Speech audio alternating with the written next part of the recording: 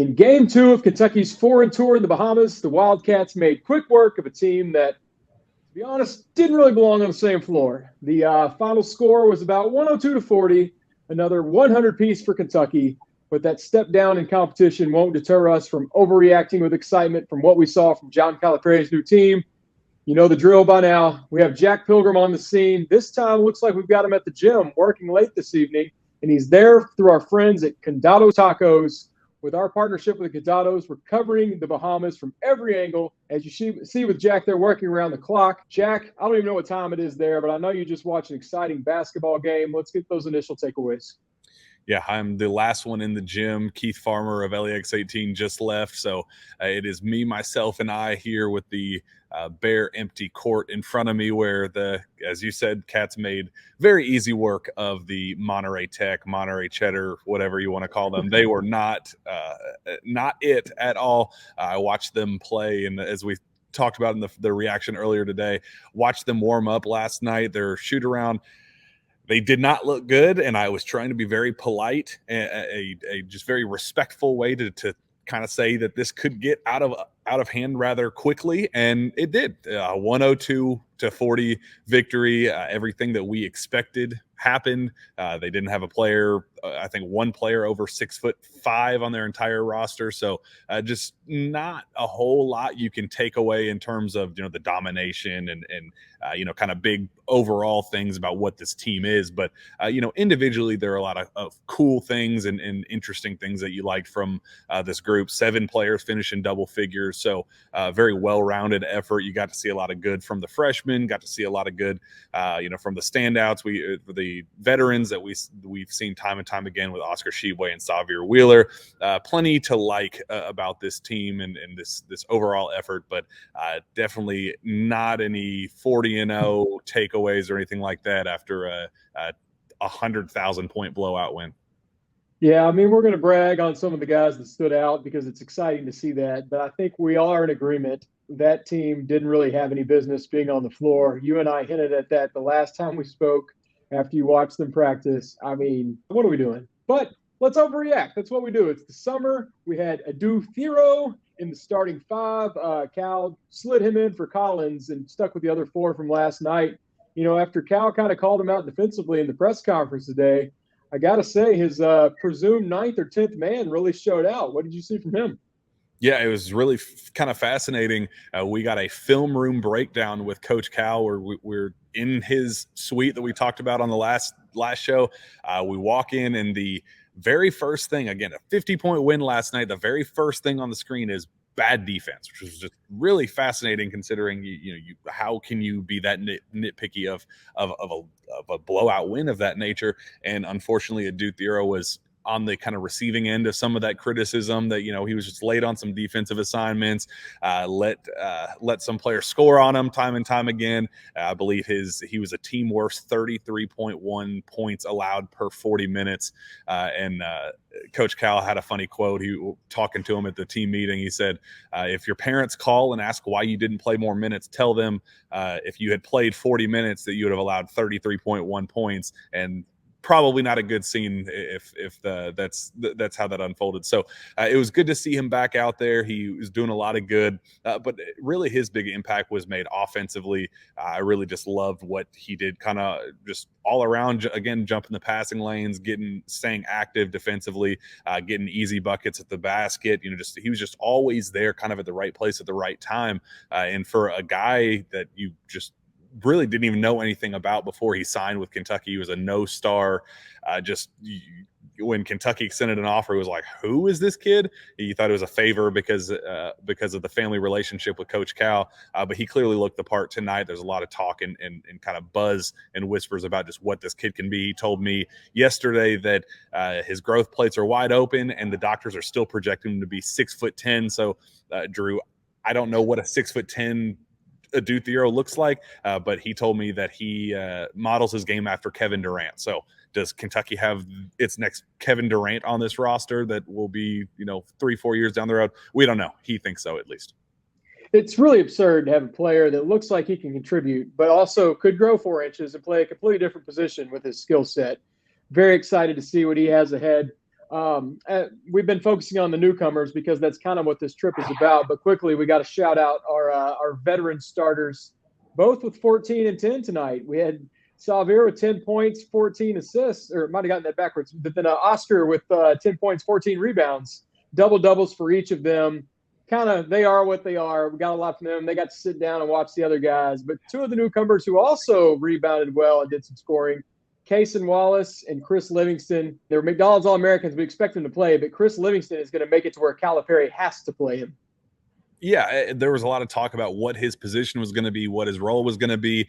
We talked before that he floated a little bit too much on the perimeter, definitely more focus on jacking up jump shots than, using his God-given 6'7" frame, mini LeBron frame to kind of utilize those mismatches and be physical and, attack the basket.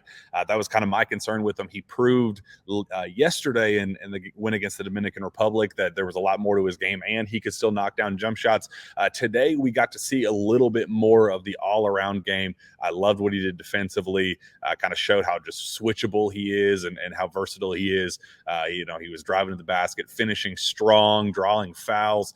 He just did a lot of good, and he rebounded extremely well. I believe he finished with 10 rebounds, so 14 points, 10 rebounds, 5 of 6 shooting, 3 for 4 from the line, 1 of 2 from 3. Again, just another very impressive effort there for Chris Livingston. And then Kason Wallace, I absolutely love what he brings to the table. I think he's a stable force. I asked Cal earlier today about just kind of how advanced he is defensively. Have we seen somebody as advanced defensively as Kason is? And he was like, look, I've got to be honest, he's better than I thought he was. I called his AAU coach, Jeff Webster, with pro skills on the UIBL circuit and said, you know what, maybe you were right. Maybe I underestimated just how good he was. And his AAU coach said, I told you, he's a warrior. That's exactly what he does, what he is. And I actually asked him, talked to his dad and said that it was a football mindset that he brings. And I'm writing a story on KSR about it right now, that it started on the gridiron for him. He was knocking heads as a free safety and played quarterback and wide receiver. He got that physical brand of football first, and he's bringing that onto the basketball floor. And I think we saw plenty of that tonight against Monterrey Tech. It's so unique to have a freshman with that commitment to defense. But you and I both have talked to him this summer at various interview opportunities, and he's really all about that lockdown D. I believe his dad told him at a young age, like, anybody can score, but if you're going to set yourself apart, you're going to stop the other guy from scoring. And we're getting a very early taste of that, and it's exciting to see what's to come from him. We also got to see a little more of CJ Frederick, still being very limited and cautious, but, he's looking like a guy that when he is at 100%, and they let him go full speed, he's going to be ready to play and will be one of the main contributors. Yeah, the most fascinating part of the entire film room session that we had with Coach Cal was that he, could not stop raving about a kid that scored 0 points on 0 for 1 shooting. Just the entire film session was basically a love affair with CJ Frederick and what he was doing on the defensive end, how he was making the right reads as a playmaker, how he was finding the right guys, he was rebounding the ball, pushing the ball up ahead, just in the right place at the right time. And I asked Chin Coleman about, how that happens. How is he so, just comfortable in the setting, even without playing basketball in basically an entire year. And Chin was like, look, this is a kid that played 2 years at Iowa. He has as much game experience as you could possibly ask for. High major, Power 5 basketball, playing in the Big Ten. He was like, that just happens. He's just a very cerebral type of player. He knows what he's doing. He's out there. He's not just a white shooter. He's a kid that can defend, and he works his butt off on that end of the floor, and that's definitely something that he takes a lot of pride in. He graded out as Kentucky's best defender in the first game against the Dominican Republic, allowed just 6.7 points per 40 minutes, which we just talked about at Duke Hero, allowing 33 points in that same span. That's a really, really significant jump there from best to worst, and just kind of a surprising name. You wouldn't imagine that CJ Frederick will be the team's best defender, but through 2 games, he's clearly looked the part. One quick little potential newsworthy piece. I know we didn't get any Lance Ware. Wasn't much said on the broadcast. They mentioned shoulder. Do you know anything that we don't know back here in Kentucky with Lance? Yeah, during the team meeting, he was very fine. He was completely normal. Cal even said, "Hey, Lance, we're going to kind of play this by ear. No rush if you don't want to play, or if it's bothering you, nagging you, or whatever." And Lance was like, we'll see how it goes. So he was super nonchalant about it. 8 hours before the game, and wasn't even thinking twice about it. So this was clearly just precautionary. No concern. I would not be shocked if we even see him, take a day off, maybe hit the pool, hit the beach, relax for a little bit, and see him back at it on Saturday. Well, again, being respectful to our opponent, the last thing you want is Lance Ware getting hurt playing the local Monterrey YMCA. So I see why it was an easy decision to leave him seated there. I know you have more writing to do, but I really need you to help me with something, Jack. Today's been a wild day. We won't get into that. My excitement is still riding high on Damian Collins, to the point I'm dreaming big Damian Collins dreams right now. I know he didn't commit any big murders tonight. He's still on the run from the local Bahamian police there.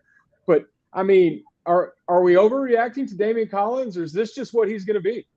No, this is who he is. Every player that I've talked to, I talked to Oscar Shibwe in an exclusive one-on-one with him, and he's basically spent half the time talking about Damian Collins and how he just watches him go up, and he's like a spaceship. As he goes up into the air, he just continues to just go up and up and up. And hearing Oscar Shibwe describe Damian Collins as a spaceship was just absolutely fascinating. If you did not catch that, go and watch that interview on the KSR YouTube page. But fascinating stuff, just talking about Damian Collins and just kind of who he is as a player. We see it time and time again. He had a couple other crazy highlights where he was going up looking like he's going to go dunk on somebody's head, and then kind of finishes with soft touch there at the rim, blocking shots, getting tough rebounds, and just scoring in every which way. There were a couple other times that Xavier was on the fast break, could have thrown it off the backboard for a lob, and even had crazier highlights than we've seen before.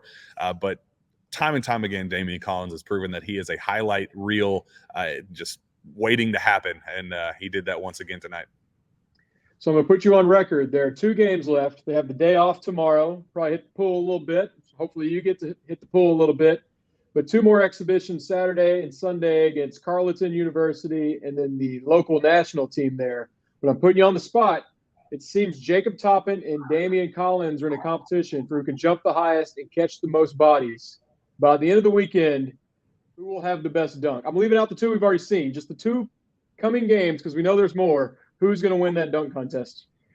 I asked Jacob Toppin about this, actually, and he said that he was going to try to do an East Bay in the middle of a game. He didn't know what John Calipari would think about that, said that he didn't want to get in trouble, but he said that was something that he had on his radar. So maybe if he's able to pull off something ridiculous like that, then he would clearly win that. But I don't know, man. It's going to be very tough to beat what we saw from Damian Collins in those back-to-back baseline posters. I mean, just absolutely ridiculous. And I will say that Jacob Toppin broke down a kind of a play-by-play of how his mind works going in transition and just deciding what he's going to do. He said, I didn't know what I was going to do until I was turned and lifted in the air. Said, I had nothing going through my head. I basically just decided mid-flight what I was going to do. So the fact that a human is able to just think on the fly like that and be mid-air and then just kind of decide, okay, I'm going to do a complete 360 and then dunk it in the middle of a game as he's up in the air, it must be nice. I think that's what's so exciting about this trip. I mean, clearly these teams aren't the teams they're going to play in the SEC tournament, but you can't hide athleticism. And what we've seen from Damian Collins and Jacob Toppin and the link from just about everybody, this team has the potential to be special. Whatever happens on here, we'll laugh that off about why they're playing these teams. But you can't hide the way the makeup of this team and this versatility. And I think we're looking forward to a fun season ahead. You got anything else there from the Bahamas Resort as it looks like they're sweeping up behind you? Yeah, I'm definitely the last person left in the gym. They were, doing some getting ready for a clinic tomorrow. I'm literally the last one here. I don't know if I have to turn off the lights or how this works. If I do I have to lock up? I don't know. Am I the janitor now? Do I have to get the Zamboni out? I don't know how this works. So I guess I will figure that out, and I'll catch you tomorrow. Yeah, well, it was fun catching up with you tonight. Like I said, tomorrow's off. We might even just do a fun conversation with you and Dr. Mike about all the non-basketball things because there's a lot of FOMO back here in Lexington. But for now, I would tell you to go get some sleep, but I know we're all working around the clock. So I'll talk to you on the group text. Sounds good. I'll be there. All right. See you, Jack.